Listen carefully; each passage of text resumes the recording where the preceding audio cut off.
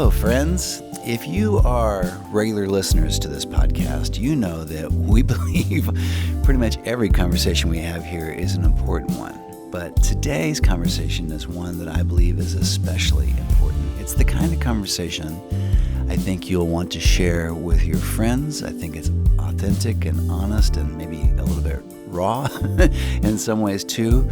But I believe if you listen to it and listen to it all the way through, you will get something out of it that will benefit you and will encourage you. And you will leave this podcast feeling better than when you got into it. So let's get started, shall we? Let's join the conversation. This podcast is a presentation of Pioneer Dream, celebrating 30 years of moving stories for our corporate, nonprofit, and entertainment partners. Hello, all you dreamers out there, and welcome to the DreamersLIVE podcast. We're so thrilled you are back here with us. It is going to be a great conversation today. How do you know that already? I just have this feeling deep inside. Yeah, no, it is. It's going to be great. And that other voice, of course, is Ann Jeanette. Hello. Hello. And we are back with you here in the Ville, coming from the center of the known universe and the Pioneer Dream Lair. Yes.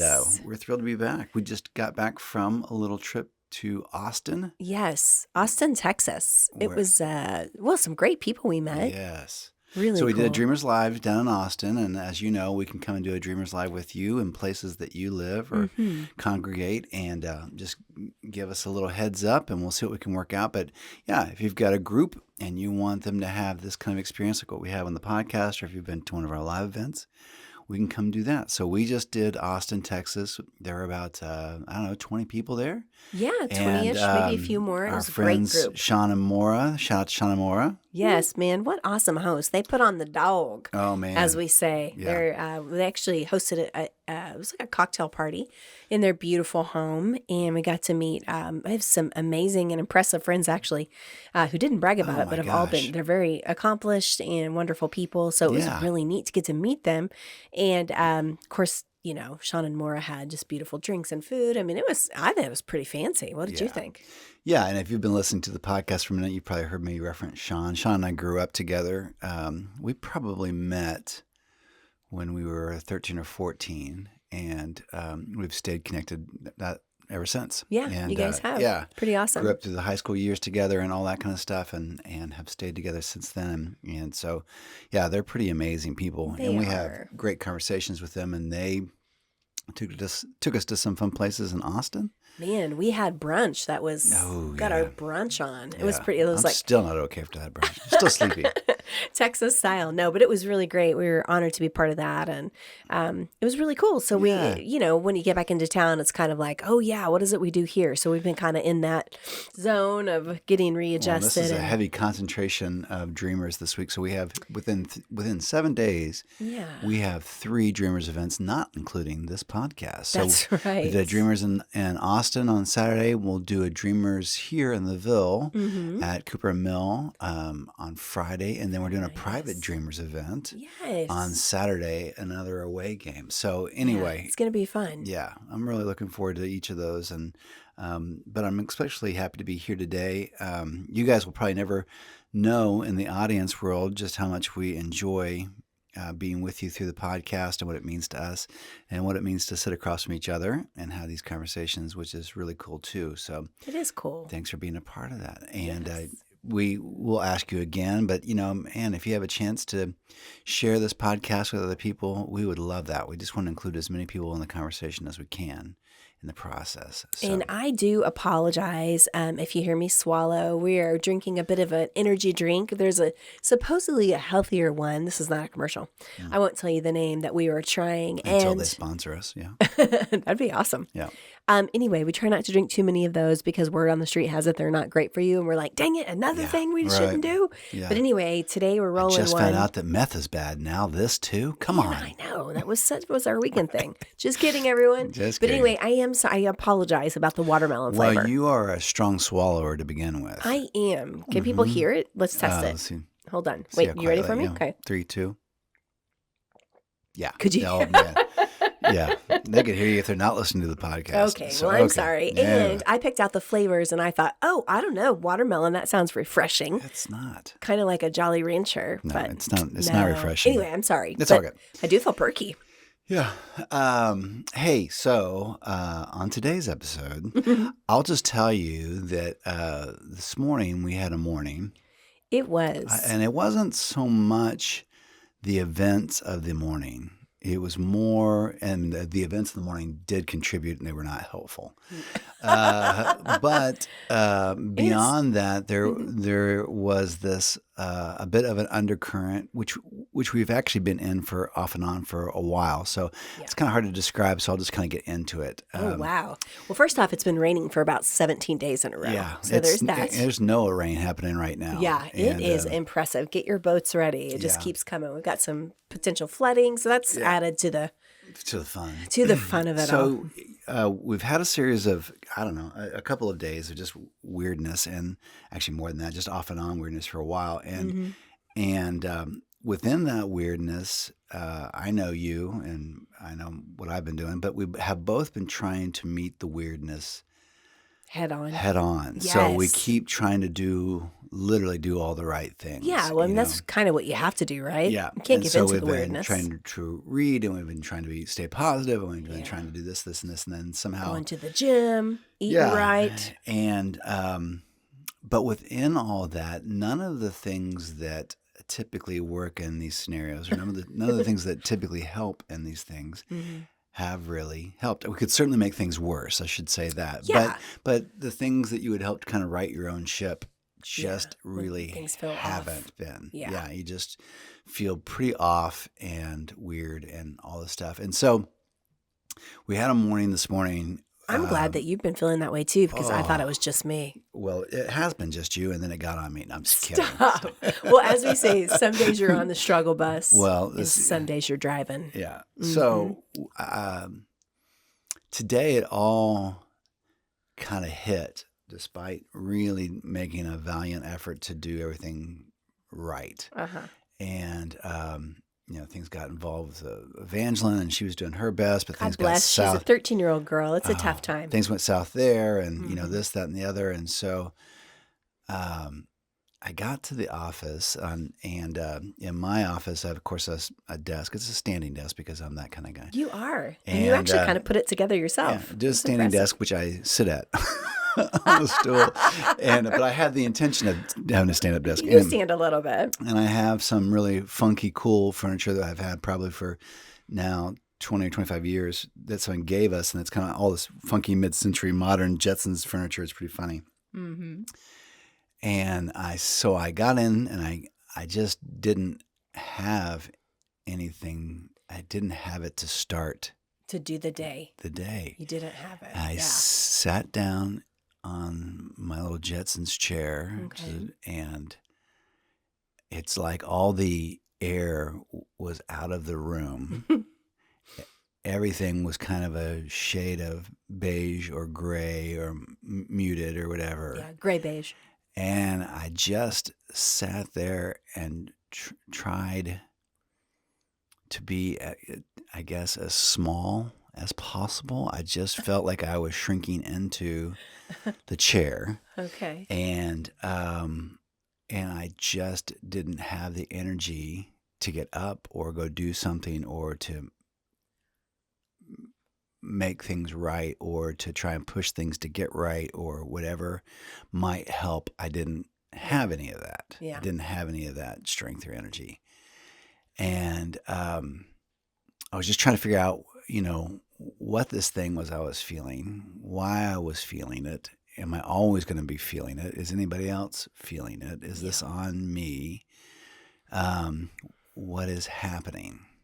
Yeah. And in the process of that, I heard this word of what I was feeling. And words are important, like, for example, there are variants of things you can kind of go through. Like to me, I think about the word remorse. Like apologizing is one thing. Remorse is a completely different thing. Yeah. There's a big distinction there. Sure. So what I've been feeling, what I think we have been feeling is not just being down or not just being distracted or not just being tired or even depressed. Mm-hmm. The word that came to my mind or heart or whatever this morning was despair. Oh, that's a a tough heavy one. ass word, isn't it? It's a big. Word. It's not as long as depression. It's not as long as some other words you can. But even the word despair carries this weight with it, and so I've hung on to that, and then so here's how they define it. So if you look up despair, you can find it different ways and different but it is an utter loss of hope. Whoa. The idea that things are not going to change. Yeah. So like despair is defined, this is what I picked up. It's defined as an utter loss of hope. It refers to a feeling of there is no hope and that one can do nothing to improve the difficult or worrying situations. So synonyms are despair of synonyms of despair. I think some cinnamon could help. I'd do it, man. Cinnamon of despair. I'd smoke cinnamon right now if it helped. You smoke cinnamon. I don't want to start a TikTok trend and people just lose their brains. I know, right? Start smoking I don't know. cinnamon. It's fine. He went crazy. He was smoking that cinnamon again. They're smoking that cinnamon again. Oh, golly. Synonyms of despair include sadness, hopelessness, and misery. And fun words like that. The antonyms include hope and optimism. So to me, the takeaway was despair is literally the opposite of hope and optimism. Yeah. And you and I are two of the most optimistic people I know.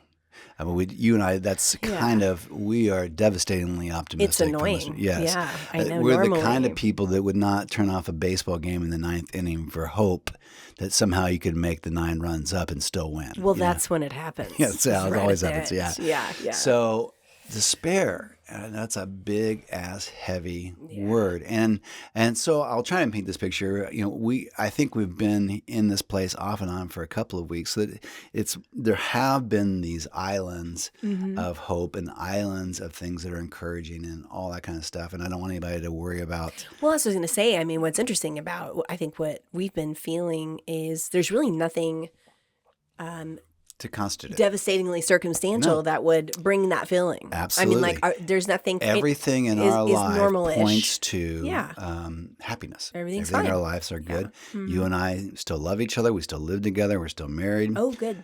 We have this amazing daughter. She's succeeding and nearly all the things that she's trying to accomplish and all that stuff. We have a warm, wonderful home, and we get to do Dreamers and all that stuff. Yeah. So there are these little islands that we kept crossing over to. And that's what you remind yourself of. Yes, and then I think that part of it that's been that strikes at the hope chord a little bit is that the things that you would normally do to feel better, or that would bring you joy or whatever, those things are not in their current moment. I actually went to the gym an extra day today this morning. Right. Like I was like, that's doing when you know you have a certain amount of days. You're like, okay, all right, I'm gonna get some endorphins going. I'm gonna, So when you're really trying. So then I thought, okay, so man, I don't understand. I mean, if anyone has the opportunity or the reason to be happy or joyful, it's me. And am I alone in this? Am I going crazy? Am I losing my brain? And the answer is yes, but not about this. So I did do some research, and it is stunning.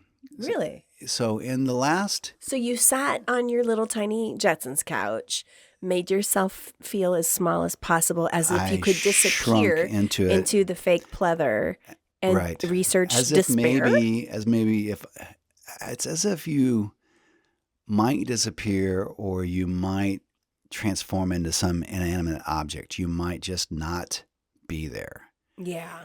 It's that kind of weird place. And most of it is because the energy has left you. Yeah. When hope leaves you, or the sense of hope leaves you, you become, it makes you lethargic. It makes you not want to move or do or be or, and all that kind of stuff. And then, of course, as you get into stuff with Dreamers, you also feel like a hypocrite because you're trying to encourage people to do good things and all this kind of stuff. And you're Welcome like, to my world every time. Yes. I'm not really great at this, but we're going to tell you some things that we're trying. So it turns out that I am not alone in any of this. Okay. So just doing research and stuff like that, there's essentially like a despair epidemic that has been essentially ever increasing. Really? For the last 2 decades, has gotten starkly worse in the last 5 years. And what makes it unusual is that it is across the board worldwide. So Really? you can say well, America's going through a difficult patch right now. Right. And our so there's politics a lot are and really whatever. struggle. It's not that. But it's consistent between developed countries, aka America, and developing countries. Really? And it is bucking the trend. So they talk about normally happiness kind of runs a U-shaped curve. It's not hard to imagine. So when you're young and you're in school and you're doing all this stuff and you're making all these plans and you're doing all that kind of stuff and you're going through your 20s and all that stuff, those are your, that's the happy part of the up shape of the U. Okay. And then it begins to kind of swing down, and about the time you get our age, you hit the more challenging places in life. So your parents get older and maybe they struggle with health. Maybe your kids get older and they start to move out of the house. Yeah. Your career kind of gets to wherever it plateaus a little bit. And the excitement of building things isn't there. You kind of start to figure out, this is life. This is what things are. Yeah. And I thought it would be more. And so you're confronted with an awful lot by the time you get to, quote, midlife or the 50s or whatever that is. Yeah. And so then maybe your kids begin to have successes of their own, or maybe they get married and have kids or whatever, and your parents probably move on, and so that's not quite the burden it was before, and then you have all this freedom and stuff, and so there's another upswing in happiness after you get past this little place. And but what they're finding is that you is now starting to flatten out and in a significant way. And even people in their 20s are starting to have this, especially women. Yeah. And it's really hitting all these people groups together, but there are some that are really struggling even more than others. So it's not a socioeconomic divide. There aren't any factors that's what's so weird about it. So people that went to college versus those that didn't. Okay, that's interesting. Yeah, and so but women get hit harder. Yeah, and then and then also in this increase is what they call despair deaths or death of despair. Oh my gosh, this is terrible. This is what you did this morning? Yeah. Well, I was in a Maybe you should have gone to the gym. So this thing where, essentially despair deaths are things where, of course, there's suicide, and that's an obvious thing, but it's also people who end up dying because of increased uses of alcohol, so cirrhosis of the liver and that kind of stuff, or because of mismanagement of medications, or because they get on hallucinogenics and all those kinds of things. So trying to combat some of these feelings, this thing has become such a big deal that in 2021, despair deaths or death of despair became the 5th leading cause of death in the U.S., and that's remarkable. So you think about all the cancers, you think about all the things that you can die from. Heart attacks, or what they call them now, heart events. It's like, it's not an event. No, it's the whole thing. Event. Yeah, it's the whole thing. It's like when we do the medication. It's not just bad. It's the whole thing. Our favorite's when you're watching a commercial and it's like, this medication could help with psoriasis, side effects of coughing, being sad, despair, and death. And you look at me and you go, okay, you said death is not a side effect. It's the you whole said effect. Death is the effect. It's the whole effect.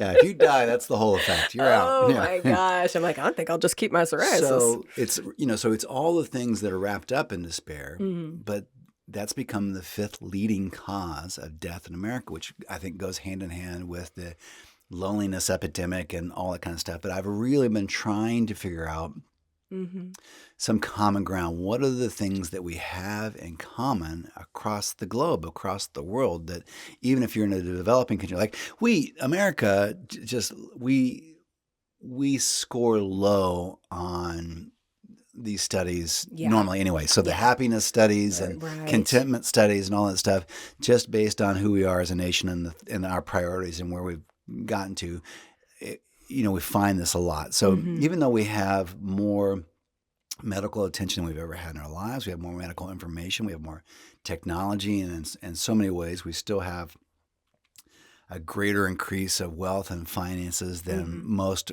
other countries in any other period in time. A lot of people would say statistically that we're safer than we've ever been. So we have, like me, like every leading and single factor for contentment, happiness, joy, whatever that is. And yet across the globe, we are meeting this thing at the same way, at the same time. And I find that really, really, really interesting that we're going through that. This is a bummer.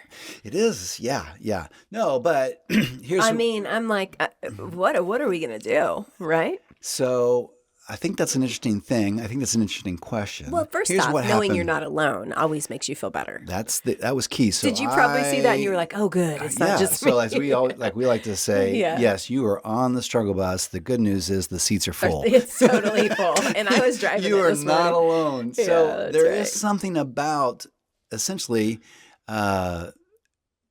this concept that it's not personal. It is despair. It is hopelessness, but it's not personal. Right. So you are not broken because you are experiencing this thing. You are not alone because you're experiencing this thing. That this is apparently in this moment in history, something that is a very human experience that we are all facing at the same time. And there's a perverse joy, I think, in knowing that everybody else is failing or struggling or hindered in the same way that you are, that I am. Yeah. So, yes, there is something that is happening. There is a wave, there's a sonic thing that's happening, there's a vibe, there's a vibration, however you want to look at that deal. There is something that is happening for us as humanity. Yeah. And so we are having to consider what that is and what that means. But the reality is we are facing this together. And the fact that we're facing it together, I think, also gives us a certain level of hope to say, oh, okay, well, if many of us are confronting this, then that means many of us will also be looking for solutions and ways to adapt and ways to approach and all that kind of stuff. And so... and ways to be honest about it. Yes. And so I don't know, I cannot answer why we are facing this across the globe. A lot of people would say, well, we've lost a spiritual connection, but you and I have a spiritual connection. So it's interesting. Like when I think of all the things we would tell people to do, like we're doing them. Yeah. Right. But so I do think there are some steps that we can take in this that can help. Good. And, so part of that, I think, is the acknowledgement. Something feels off. Something feels funky. Sometimes I think it's taken until today for me to kind of become conscious of what I was feeling and become conscious of what I was experiencing. And so seeing that, hearing this word in my mind or heart, of essentially diagnosing what I was experiencing or feeling as despair, that helped to an extent. And then realizing that other people were experiencing this too, that helped a great deal. Sure. So we know. So admitting that that's what's happening, admitting that you're in that place, being aware of it, even if you feel like somehow, but the fact that you're experiencing this would make you feel like you're failing somehow. You're not failing. Or what like you say, my gift is to feel guilty. So I would say, that's a lot of the conversations I'm just not trying hard enough. I'm not and also doing just good I enough. have so much, and I know that, and I get up every day and I express that gratitude. Yes. And I have it really, really good, compared to a lot of people, but sometimes that doesn't fix it. I will tell you that in looking at this and thinking about this and working through it personally, over the last couple of weeks, and then again, and especially today, that the mere understanding of what was happening gave me a great deal of relief. It was like this huge weight got lifted off of me, and I could breathe again, and I felt really relieved And that was a wonderful thing. That's good. It did crack me up this morning when we met for coffee on my way back from the gym and your small sitting session. And it was really funny because I said, I was finally willing to admit, because sometimes we will try not to tell each other when we're feeling down. Yes. Because I we don't want to to be contagious. I don't want to bum you out. Like, Right. you know, I mean, Yeah. because you could easily say to me, man, everything's great. What's your problem? Yeah. You wouldn't do that. But my point is, and so finally at coffee, I was like, I'm sorry. Like, I don't know what happened this morning, but I'm not doing so good. And then you said, well, I want to talk about some encouraging insights I've had. And I was like, well, let's do it right now. And you were like, no, wait until the podcast. And I was like, seriously. I can't waste this on I you. I got to get this in the Dreamers I was like, podcast. we seriously cannot talk about this right now. And so I had to continue to have a crappy morning till now. No, I'm kidding. Well, so I think the key is admitting this is what you feel. And that you're not a failure for feeling it. Yeah. I think the other key and what we're finding is to do the exact opposite thing of what you're feeling in the moment, which is lethargic and let's quit and let's stop and let's get as small as we possibly can and become inanimate. And have 7 martinis and 2 pizzas. Yeah, because it's not working. I mean, you and I love beverages and but all I can tell you is the beverages aren't working. They're not changing any of the experience.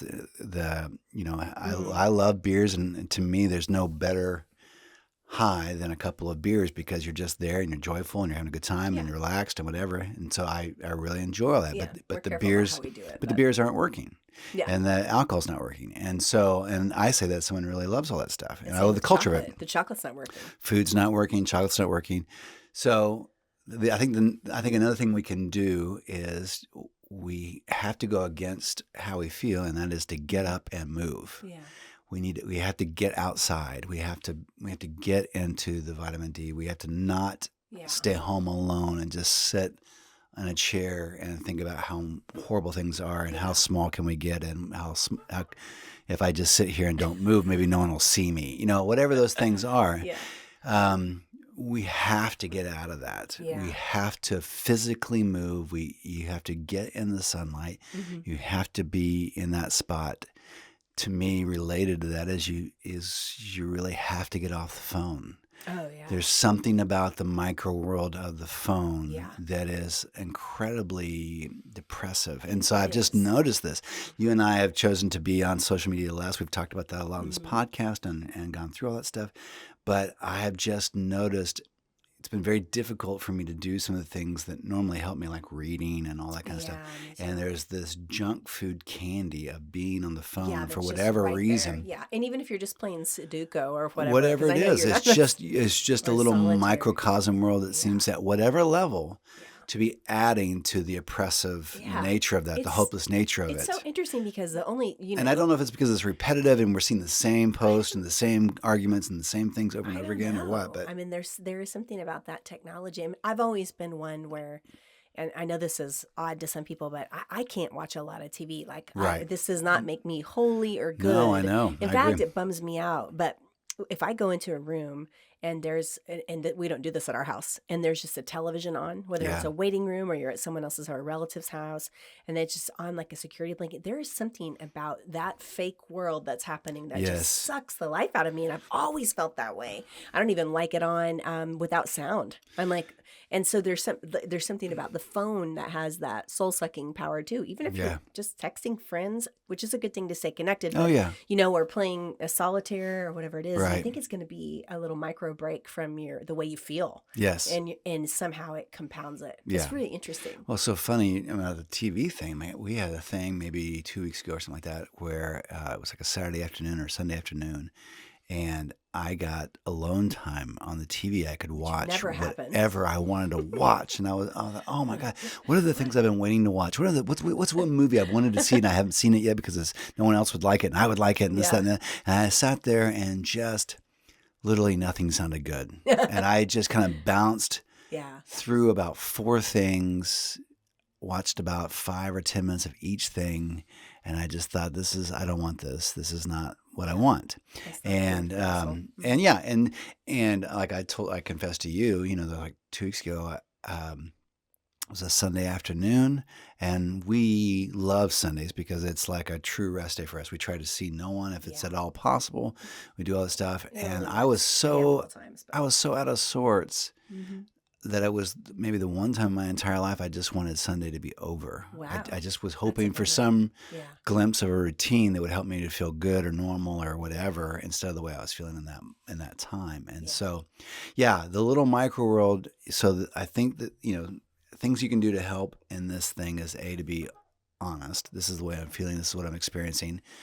Knowing that it's not personal. Yeah. You're not alone. You suggest being honest with? I guess people. I think you want to be honest with yourself first. Oh yeah. I'm really feeling like and crap. not trying to pep talk your way out of stuff or Okay. I think the thing about getting outside, taking a walk, doing something physical, getting those endorphins is critical. Yeah. Getting off your phone, getting off of screens, getting off of laptops for a while, go do physical things.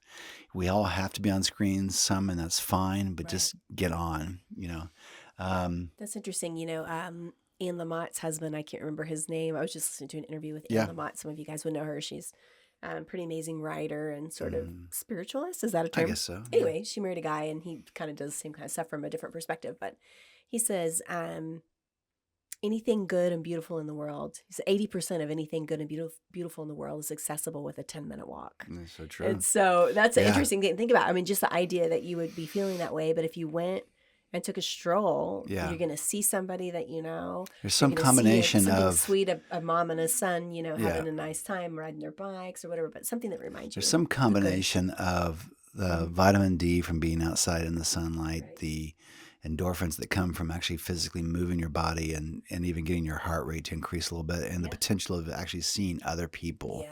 All those things at one time. I think that's a lot of it. Maybe we need to just schedule some daily coffees. Yeah. People you can trust. I think the other thing you can try and do, and this is kind of goes back to, being honest with yourselves, but to try and put into words what it is you're experiencing, what it is you're feeling, what are the things that are troublesome and bothersome. And you and I have had some potential to do that. Like we were coming back from Austin, and normally a drive for you and I is, that's really a great time. We talk about a lot of stuff. Yeah, a lot of talk about memories. This podcast and stuff are, in a lot of ways the result of drives. Yeah. And it's, it's quiet for us. Evangeline wasn't with us, so we could talk about, all kinds of things. We could talk about her. And we really had nothing to say. And not only that, but we couldn't find anything. Like there was no music felt right. No podcast was entertaining. We put on a comedy station for a while, and it was just like, golly, none of this is really working. So I think that idea of being able to put those things into words to someone, that's really, really important. I think another thing you can do is know that this really is a worldwide thing that is happening. Doesn't mean it's going to be forever. Doesn't mean we're always going to go through it. But hopefully it's seasonal. Yeah. But, part of that is because that's going on, then we need to cut other people's slack. Yeah. Other people are experiencing the same uneasiness or the same restlessness in this thing that you and I are feeling. So true. And so there's a good chance they're going through this, and that's why they're behaving. They don't know how to put it in words, or maybe they're not conscious or aware of it yet. So let's give them some space in this process. Yeah. And an extra encouragement. I like give them some slack. That's so great. It's such a colloquial. There you go. Right. Way to say offering people grace. Yes, giving them some slack. Yeah. I mean, the same way you'd want somebody to treat you. Yeah. If we've discovered that Evangeline has feelings and experiences and emotions, some of which she's aware of, and a lot of them she's not. A lot of so subconscious feelings. So some of that might come out, and what would feel like teenage angst or frustration or anger or just being rude. But really, it's probably at a deeper level, she's experiencing something she can't quite put into words yet. Yeah. And probably needs a little bit of grace in that process. Absolutely. Well, and if you think about living in the same, we, for the most part, have a happy house and, we laugh. But when we're going through these patches of this despairing, I think that so many people are feeling, kids can sense that. They're probably struggling with it on their own. And it's a lot of times reflected. They can tell when we're not, when things aren't quite right. Yeah. And so, so maybe even being honest with your kids, it's a tough time in the world right now. There's a lot going on, and I'm sure we'll get it figured out. But Yes. the things you're struggling with, a lot of people are struggling with. Yeah. And maybe even just being honest with the people we're living with. Yes. Could help. I think that's another big part of it. I mean, the reality is we are still so much better together than we are alone. And even in these difficult things that we face, even though the tendency can be isolationism, that's a emotional or sometimes physical death sentence. We have to get out. We have to be with people. We have to make those arrangements. We have to connect. I'm with people now that are alone a lot, and I'm just telling you that their emotional and mental health is not the same. Yeah, it's interesting to watch. It's devastating. Yeah. It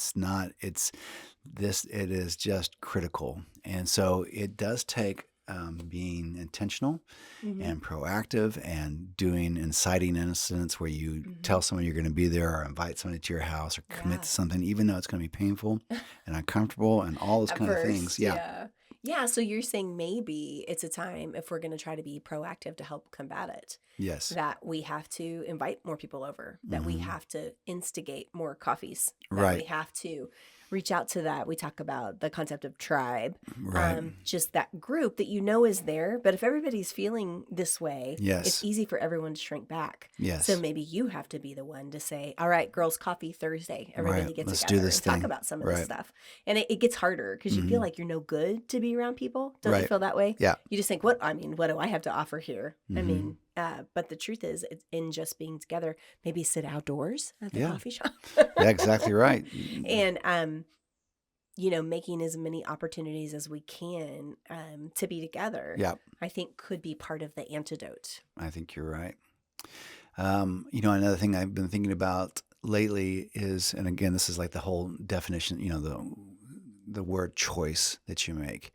I think there can be in a season like this, this almost trying too hard or kind of a toxic positivity. Like overcompensation. Yes.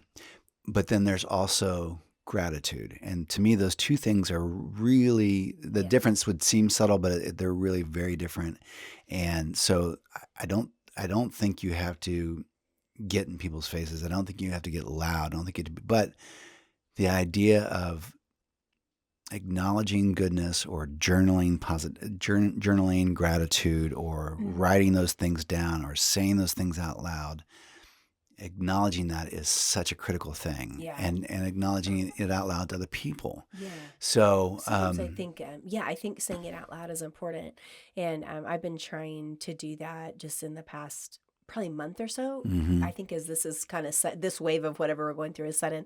Right. I tend to be a little resistant to some things like, oh, you should journal. And I'm like, I don't want to. Like, what's funny is some people I really love and respect do that. So I don't know why I am. There's part of my personality that wants to fight off some of those things. But I was like, okay. I feel bad enough. I'm going to be trying a gratitude journal. And so, I just would write down a few of those things in the morning. But I think what I'm going to have to do is actually tear out the sheet and carry it around with me during the day. Yeah. Like, because I'll think about it in the morning and when I'm and praying and, trying to get myself together, as we say. But maybe I need to carry it around and be like, hey, everyone, these are my things I'm thankful for today. I learned this lesson from your dad a long, long time ago. He would get index cards. Right. And if there was something that some truth, something, some understanding, some moment that he really wanted to hold on to or incorporate into his life or whatever, he would literally write that down, a keyword or the phrase itself or whatever. And he would just take this little index card and it went with him everywhere he went. So if he was driving the car, it went on the passenger seat. If he was at the office, it went on his desk. It was with his wallet, and so, we have done that on multiple occasions, but it's such a helpful thing. Yeah. Sometimes he would take sticky notes and Yes. You'd see him on the kitchen cabinet.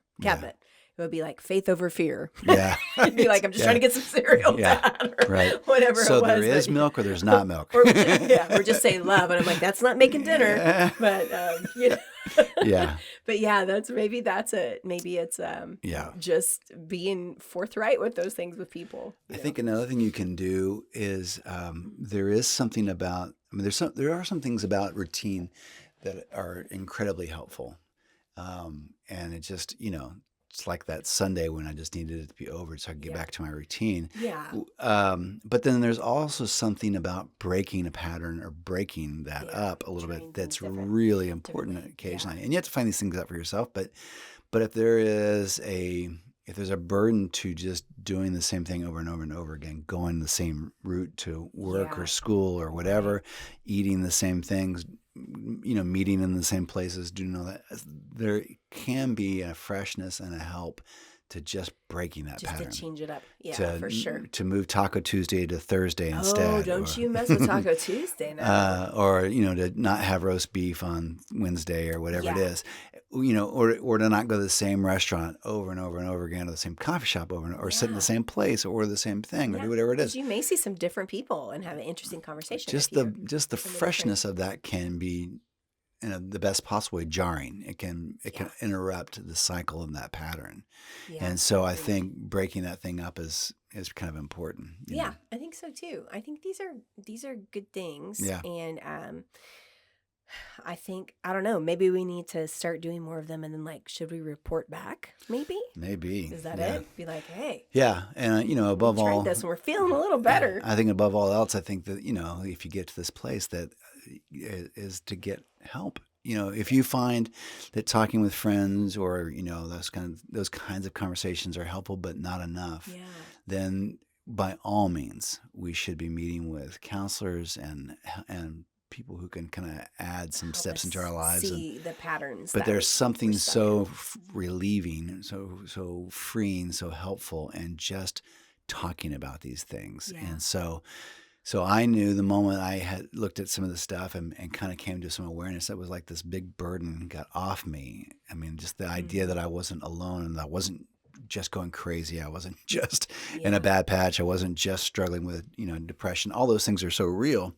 But the fact that this is something that a lot of people are struggling with in this moment in history, that brought a tremendous relief to me. The fact that there were people who were aware of this and were talking about, despair deaths and all that kind of stuff, that just helped me so much. And then I knew, and being able to have an open and honest conversation with you. Yeah. Not till the podcast. I didn't want to waste it on you. But even now, I think there is a lighter feeling in this moment than there was when we started, and there's a freshness to it. So, okay, well, this is here, this is happening, and I have some steps I can take that will make things better. Yeah. And it's not just me going crazy, but this is happening, and I'm not failing because I'm feeling this thing, or not trying hard enough, or whatever it is. That's just part of it. And so I can, and I can also do things like, just speak out loud to myself and tell when those weird thoughts come in, I can just say no. Nope. Nope. That's right. Nope. I am one of the things that can sometimes bring me some relief is just to play music live, like to sit down at the piano. And that's a place for me of the reflection, and sometimes it's prayerful, and sometimes it's just the release of actually playing that.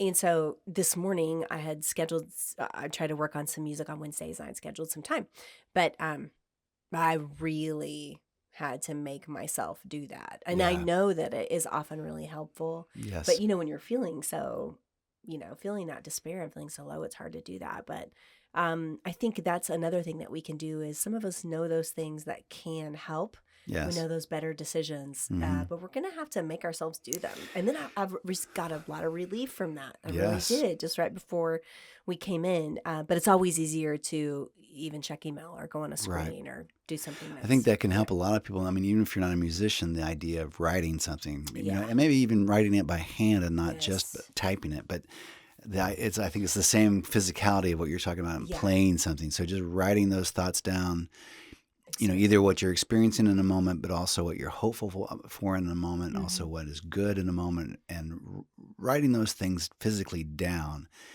is the same consciousness and awareness, and also the physicality of maybe playing music for you.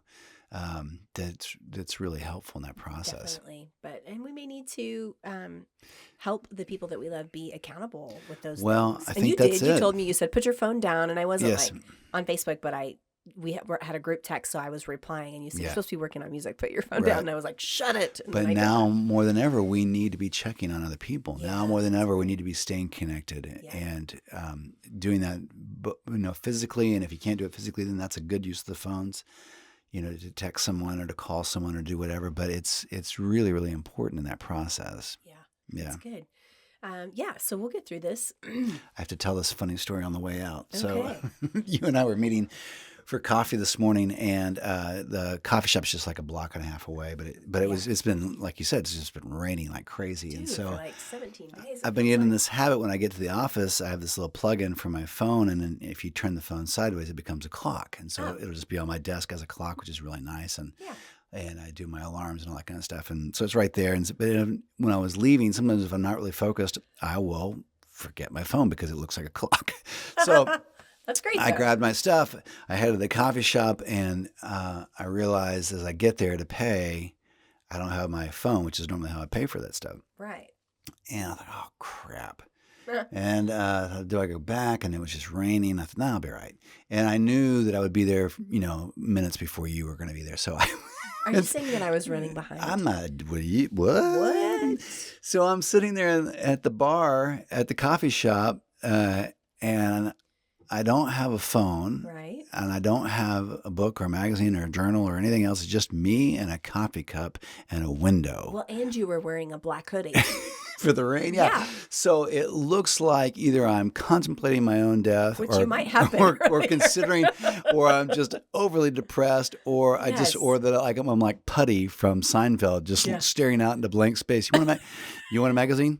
No, I'm good. And I just singing thought Desperado. how weird it is in 2025 Yeah. for someone to just sit with a cup of coffee and nothing else, Yeah. while the rest of the coffee shop was just jammed with humans. And I'm the only one in that space without a conversation with somebody else or an electronic device. And I'm just sitting there, and people were just So thinking, funny. what is this guy up to? Do we need to call the this police? guy? What's this guy up to? But that's what our awesome friend Maura, we were just talking Yeah. about Sean and Maura from Austin, and they're really great people with a lot of really good perspective. But Maura actually she talks about, I can't remember the exact phrase, I feel bad, but talks about how because of technology, Yeah. we really don't give ourselves just those moments to be and to Yeah. think. And And so it you were was- probably enjoying it. Oh, I did. It was Though great. you looked like the Unabomber. I thought about all these things that we're talking about, Good. right now. I thought about the relief I felt and figuring out that I wasn't the only one and I wasn't broken and all those kinds of things. I thought about and wonder what it is Yeah. that this kind of thing would impact people in developed countries as well as developing countries, That's pretty fascinating. and why it doesn't have anything to do with finances or economics, and why it doesn't have anything to do with even religions and faiths, and why it doesn't have anything to do, whatever those things are. There's this thing that, for the last 2 decades has been ever increasing. And I thought about that. And then I thought about the things that we can do that are helpful in that process, like we've been talking about for the last several minutes. And so anyway, it was a wonderful time That's cool. to not have that little micro world in my hand to look at and just to move on with stuff. Yeah. And I bet that it was kind of fun scaring some people too. It was. Yeah, it was nice. Yeah. And then I wonder how many people think I'm listening in on them. And I was. And I you was were, listening. Yeah. Before we go, I'm assuming you're winding down. Sure. You kind of have that wind down Sure. feel. Yeah, But I did want to say another special thanks to our good friends Sean and Maura in Oh, my Austin. gosh. They're awesome people.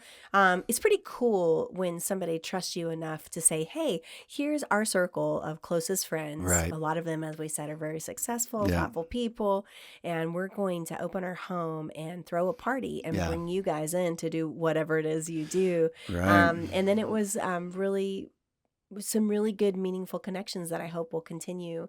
And it was just really brave of them to do that, and very kind and generous. So we love you Yeah. guys. Appreciate Well, not it. just that, but then, we have 2 events. 2 of the 3 Dreamers events this week are 2 different cases where someone is essentially vouching for us. So Yes. Sean and Maura asked these people to show up to their place, Yeah. and these people didn't know us from Adam. So can you please come to our house on a Saturday Right. and come be here, my friends, who you don't know talk about things. You have no idea what they're going to talk about. And it was in Austin, and we're from Oklahoma. Yeah, so that had to not and then be try and helpful. convince them we weren't going to try and sign them up for something or sell them something or do all. And so we have two of those things this week where people are just, they love Dreamers or love us enough that they think other people need this. Yeah. And so I'm just going to do this, and I know my friends will get it when that happens. And Saturday will be sort of the, I guess, entertainment. I'm doing some music before, and you're doing one of your little talks. One of the little talks, Just kidding. It's regular size. Quite adequate. Anyway, for the birthday party, and this person's bringing in some of their friends from across the country, vouching for what we do. I think this is good because I think, our goal with what we're doing is in our little corner of the world to try to hopefully affect some positive change in culture. Yes.